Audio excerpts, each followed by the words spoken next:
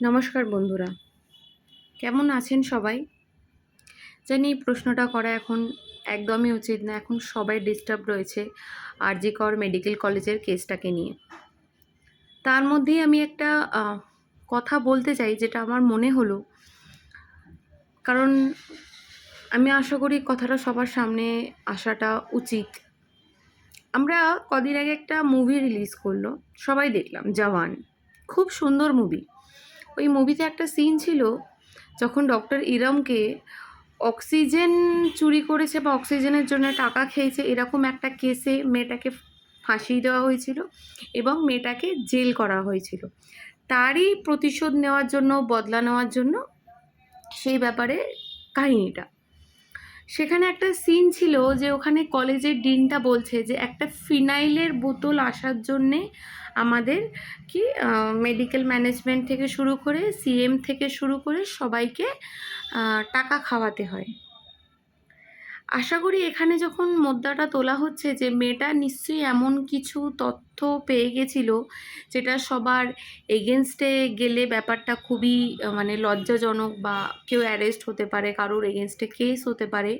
সেইটাকেই ধামাচাপা দেওয়ার জন্য মেয়েটার উপর রাগ করে বা তার প্রতিশোধ নেওয়ার জন্য মেয়েটাকে এরমভাবে নৃশংসভাবে খুন করা হয়েছে। একটা কথা কি আপনারা ভেবে দেখেছেন যে এইখানে আমাদের যে আজকে পশ্চিমবঙ্গ সরকার এই ব্যাপারে যে কোনো উদ্যোগ নিচ্ছে না, কোনো কি বলে অ্যাকশন নিচ্ছে না, এর কারণ কিন্তু একটাই। ওই ওই সময় শাহরুখ খান জওয়ান মুভি থ্রু এটাকে এক্সপোজ করেছিল। রিয়েল লাইফে কিন্তু কোনো জওয়ান আসবে না, কোনো শাহরুখ খান আসবে না। যেখানে নির্ভয়া কেসে 6 বছর লেগে গেছিল শাস্তি পেতে, সেখানে কি মনে হয় যে 6 দিনে আমরা কোনো সলিউশন পাবো? আমার তো মনে হয় না।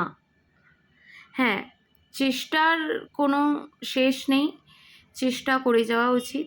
নিশ্চয়ই করছি, যেটুখানি পারছি অনলাইনে সাপোর্ট করে, সব দিক থেকে সাপোর্ট করে আমরা চেষ্টা করছি। তবে একটা কথা আমি বলতে চাই, যারা লিখছেন না জাস্টিস ফর আরজি কর, কথাটা ভুল। বলুন জাস্টিস ফর মৌমিতা। আমরা মৌমিতার জন্য জাস্টিস চাই। আরজি কর কী করেছে? আজ আরজি করের জায়গায় পিজি হতে পারতো, আরজি করের জায়গায় সিএমসি মেডিকেল কলেজ হতে পারতো। জাস্টিস ফর আরজি কর না লিখে জাস্টিস ফর মৌমিতা লিখুন, সেটা আমার মনে হয় শোনাবে ভালো। আরও লোকের মনে জোশ, প্রতিবাদী ওয়ার্ডটা আরও বেশি করে প্রকাশ করবে। ধন্যবাদ সবাইকে।